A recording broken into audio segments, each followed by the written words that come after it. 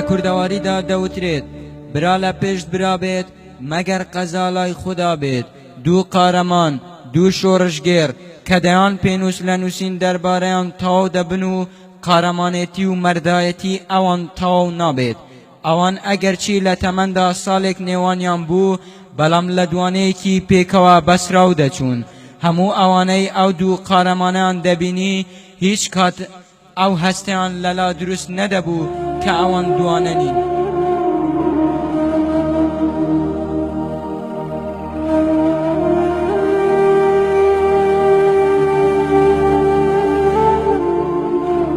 شهید نجمدین و شهید عبدوستار گیانک بون لدو جسدا اوان هیچ کات بچوکترین نخوشیشان نبوه اوان همیشه پیکوا بونو همو کارکیان پیکوا انجام دادا هر بارودوخی کیش لجیانی اوان دا روی دا بیتو لیک دور کوتب نوا دواجار برگی دوری یک تریان نگرتو و یکی کان اوی تریان بردوتا لای خوی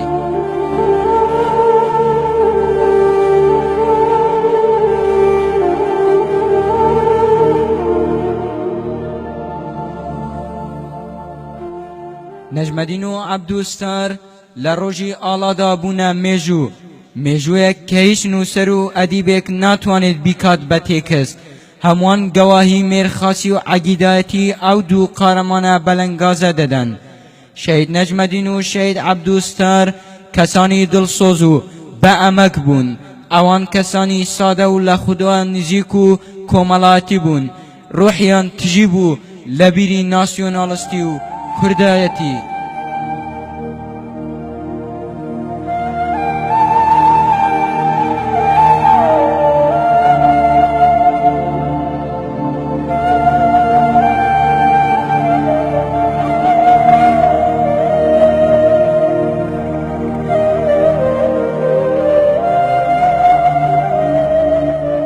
ام دو برا شهیده پیکوا جیانو پیکوا پارێزگاریان لە خاکی کوردستان کردو پیکوا شهید بوونو پیکوا وەڵامی فریشتەکانی نێوگۆڕیان دایەوە پیکواش بۆ هەتایە بوونە ڕەمزێک بۆ خانەوادە و قوبیلە و عەشیرەت و نەتەوەکەیان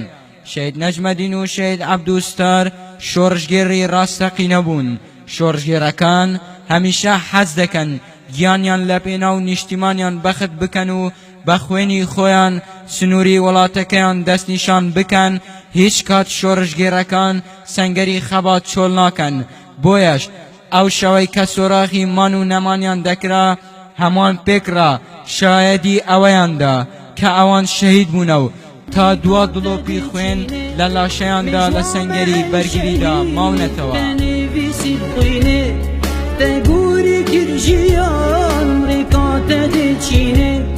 بو تسوز و پیمان تو خدمت گورستان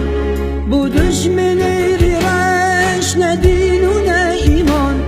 بو تسوز و پیمان تو خدمت گورستان بو دشمن ریش ندین و نه هر یک لبریزان دکتر روش نوری و عارف تیفور و حمید افندی و عزیز ویسی و سید هجار و عطو زیباری شاهدی لقربانیدان و خباتی او قارمانانه دادن شهید بونی نجمدین و عبدوستار هموانی غمگین کرد تنانه جنابی سروکیش به شهید بونی اوان کاریگر بو او وای وصف کرد که نجمدین و عبدوستار لوچونه نکل خانواده کیان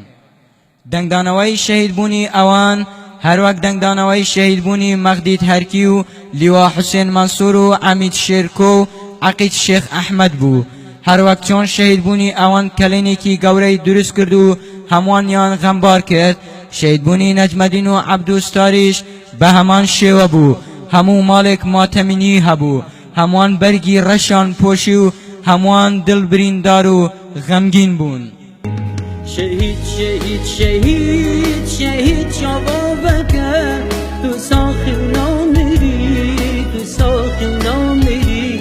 گیلی و بورت توان دشمن لسر دری نامیس ببکری نامیس ببکری استاش ولا سال یادی شهید بونی او دو قارمانه چاونه ترسه نزیک بوینوا همان پروشن بو یک دیداریان همان حزب بی کسی دکن و تا ئێستاش مناڵەکانیان نازانن چۆن قەنەعەت بە شەهیدبوونی باوکەکانیان بکەن. مناڵەکانیان هەردەم چاو لە ڕێگان و هەردەم کە بانگ لە مزگەوتەکان دەدرێت بیری ئەو ساتانەیان دەکەوێتەوە کە ئەو دوو پاڵەوانە پێکەوە دەچوون بۆ نوێژی جەماعەت و دواتر یەکێکیان لەگەڵ ئەوی تر دەچووە ماڵ و نانیان پێکەوە دەخوارد.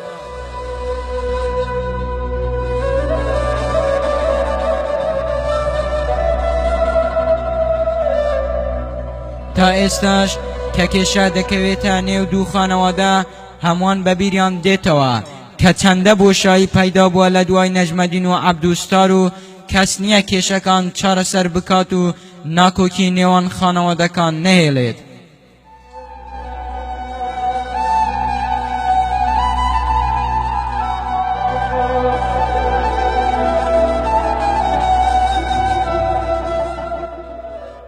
ئەوان پێش ئەوەی بچنە نێو خانووە نوێیەکانیان شەهید بوون.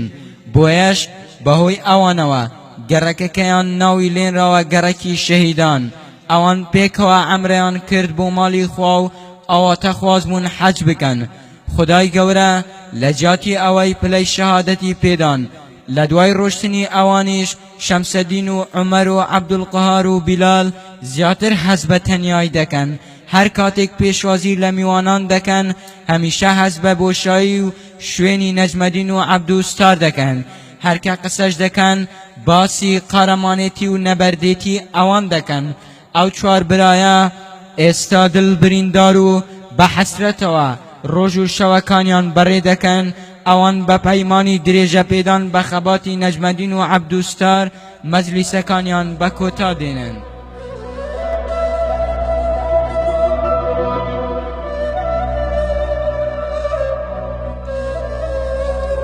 شەهید نەجمەدین عوسمان هەرکی لە ساڵی 1956 لە خانەوادەیەکی کوردپەروەر و تژی لە دڵسۆزی و ئەمەکداری لە ناحیەی گردەسێن لە سنووری قەزای ئاکرێ لەدایک بووە.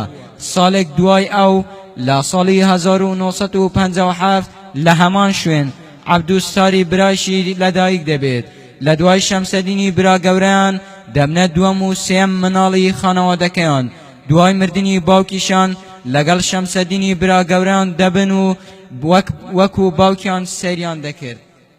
شەهید نەجمەدین و شەهید عەبدوستار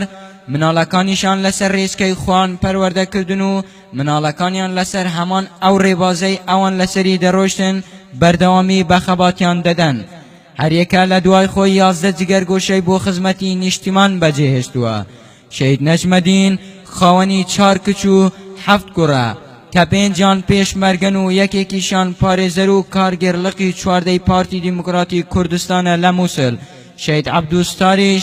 خاوەنی 6 کچ و 5 کوڕە کە 3 پێشمەرگەن و یەکێکیشان قوتابی کۆلێژی یاسایە. شەهید نەجمەدین و شەهید عەبدوستار بە سەرپەرشتی شەمسەدینی برا گەورەیان لە ئۆپەراسیۆنی ئازادکردنی عێراق لە دەست بەعسیەکان بەشدار دەبن و